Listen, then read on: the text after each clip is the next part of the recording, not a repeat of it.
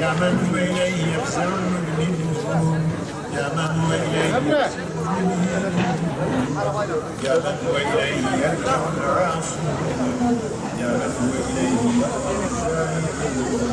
يا من هو إليه يظهر الخاطئون يا من هو يستغيث به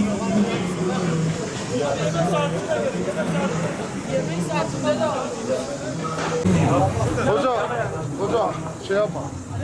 Gel tatlı.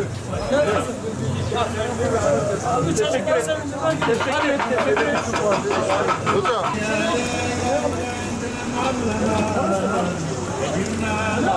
Adıyaman'da 14. günümüz. Deprem olur olmaz hemen arkadaşlarımız, üye ve gönüllülerimizle buraya intikal ettik.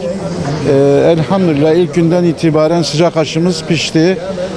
Şu an burada günlük 25.000 kişiye, ayrıca gelen ekstra yiyeceklerle beraber 30.000 kişiyi bulacak şekilde sıcak aş ikramımız devam ediyor.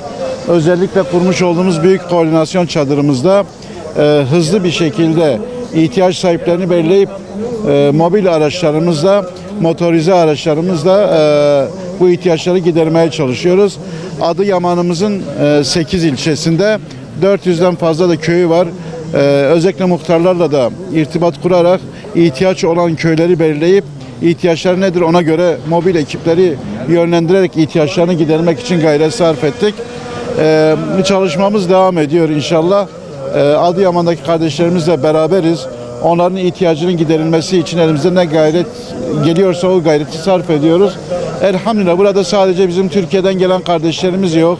Yurt dışından gelen kardeşlerimizin de sayısı çok fazla. Hep beraber güzel bir dayanışma var. Acılarını sarmaya, yaralarını sarmaya çalışıyoruz buradaki kardeşlerimizin. Allahu Teala Celle Celaluhu burada vefat eden tüm depremzede kardeşlerimize rahmet eylesin.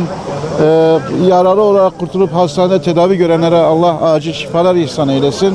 Enkaz altında inşallah kimse kalmamıştır.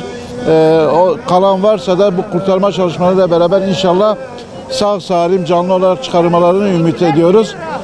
İnşallah burada olacağız. Ben burada özellikle bütün hayırseverlerimize de teşekkür etmek istiyorum. Bununla beraber tüm üye ve gönüllerimiz hiç vakit kaybetmeden gece yarılarına kadar ekipsel olarak çalışmalarını hep sürdürdüler. En ucra köşelere kadar gittiler, fedakarlık gösterdiler. Onlara da ben burada ayrıca çok teşekkür ediyorum. Allah-u Teala kendilerinden de razı olsun inşallah.